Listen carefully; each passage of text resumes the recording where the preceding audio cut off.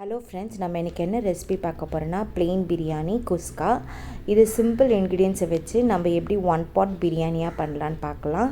இந்த இன்க்ரீடியன்ஸ்லாம் ரொம்ப சிம்பிளாக இருக்கும், ஈஸியாக இருக்கும், பிரியாணிக்கே டஃப் கொடுக்கும். வாங்க அந்த ரெசிபிக்குள்ளே போகலாம். இதுக்கு தேவையான இன்க்ரீடியன்ஸ்: வெங்காயம், தக்காளி, பச்சை மிளகாய், ஒரு கைப்பிடி அளவு புதினா, கொத்தமல்லி ரெண்டும் சேர்த்தாப்பில் நான் 2 கப் பாஸ்மதி எடுத்திருக்கேன். அதுக்கு ஒரு 3 வெங்காயம் எடுத்துக்கோங்க, 2 பெரிய தக்காளி எடுத்துக்கோங்க, அதை நல்லா சாப் பண்ணி வச்சுருக்கேன் நீட்டு வாக்கில். அதுக்கப்புறம் பச்சை மிளகாய் 3 ஸ்லிட் பண்ணி வச்சுருக்கேன். பாஸ்மதி அரிசி ஒரு 1/2 hour நல்லா வாஷ் பண்ணிவிட்டு 2 கப் நல்லா அலம்பி வச்சுருக்கேன். இப்போ 1 பாட் பிரியாணியாக பண்ணிடலாம் குக்கர்லேயே. இப்போ குக்கரில் 2 டேபிள் ஸ்பூன் எண்ணெய் விட்டுக்கோங்க. இப்போ ஒரு குக்கரில் 2 டேபிள் ஸ்பூன் எண்ணெய் விட்டுட்டேன். இப்போ ஹோல் கரம் மசாலா ஆட் பண்ணிக்கலாம். பட்டை, கிராம்பு, ஏலக்காய், அதுக்கப்புறம் சோம்பு போட்டுக்கோங்க. இதுதான் பிரியாணிக்கு உங்களுக்கு நல்ல ஃப்ளேவர் கிடைக்கும், அதனால் அதை ஸ்கிப் பண்ணாதீங்க. அதை நல்லா பொரிஞ்ச பிறகு நம்ம நறுக்கி வச்சுருந்த வெங்காயம், அதுக்கப்புறம் நீட்டாக ஸ்லிட் பண்ணி வச்சுருந்த பச்சை மிளகாவும் ஆட் பண்ணிக்கலாம். இப்போது இந்த வெங்காயம் நல்லா வதங்கணும். இந்த வெங்காயம் வதங்கிறதுக்கு கொஞ்சம் சால்ட் போட்டுக்கலாம். ஒரு 1/4 ஸ்பூன் சால்ட் போட்டுக்கோங்க. அதுக்கப்புறம் வெங்காயம் நல்லா வதங்கிடும். எப்பவுமே பிரியாணியோ இல்லை நம்ம எந்த ஒரு கிரேவி பண்ணாலும் கொஞ்சம் சால்ட் போட்டால் வெங்காயம் சீக்கிரமாக வதங்கிடும். இப்போது 2 டேபிள் ஸ்பூன் நான் ஜிஞ்சர் கார்லிக் பேஸ்ட் ஆட் பண்ணிக்கிறேன். இப்போது 1 கப்புக்கு 1 tablespoon ginger garlic paste போட்டுக்கோங்க. நான் 2 கப் பாஸ்மதி அரிசி எடுத்துருக்கிறதுனால 2 tablespoon ginger garlic paste add பண்ணுறேன். நீங்கள் அப்போ தான் உங்களுக்கு பிரியாணி நல்ல ஃப்ளேவராக இருக்கும். இதெல்லாமே தான் ஒரு மெஷர்மெண்ட்டு.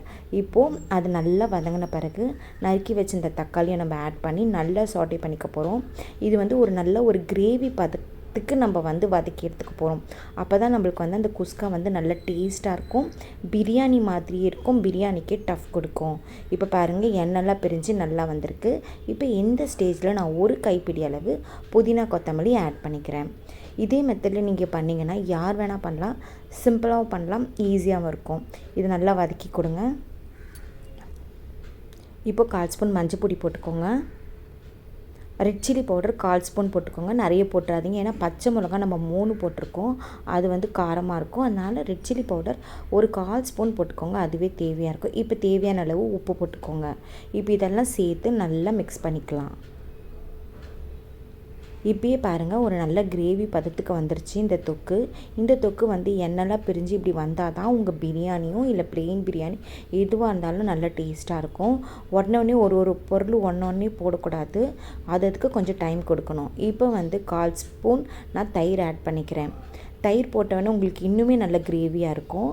இப்படி உங்களுக்கு இந்த கலரும் இந்த கிரேவி பதத்துக்கு வந்துட்டாலே உங்களோட பிரியாணியோ ப்ளெயின் பிரியாணியோ உங்களுக்கு அது நல்லா வந்துடும், சூப்பராக இருக்கும். டேஸ்ட் நல்லா வந்துடும். கலர் உங்களுக்கு இந்த மாதிரி இருக்கணும், எண்ணெய் பிரிஞ்சு வரணும்.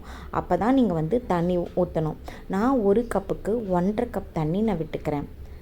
ஆல்ரெடி நான் ஊற வச்சுருக்கேன் பாஸ்மதி அரிசி 1/2 hour, அதனால் ரொம்ப ஊறி இருக்கும். அதுக்கு 1.5 கப் கரெக்டாக இருக்கும். இல்லை நீங்கள் 10 நிமிஷம் 15 நிமிஷம் ஊற போட்டிங்கன்னா அதுக்கு 2 கப் ஊற்றுங்க, கரெக்டாக இருக்கும். நான் 1/2 hour ஊறினனால பாஸ்மதி அரிசி நல்லாவே ஊறி இருக்கும். அதுக்கு 1.5 கப் தண்ணி கரெக்டாக இருக்கும். எப்பவுமே தண்ணி நல்லா கொதித்து வந்த பிறகு தான் நம்ம வடிகட்டி அந்த பாஸ்மதி ரைஸை நம்ம ஆட் பண்ணிக்கணும்.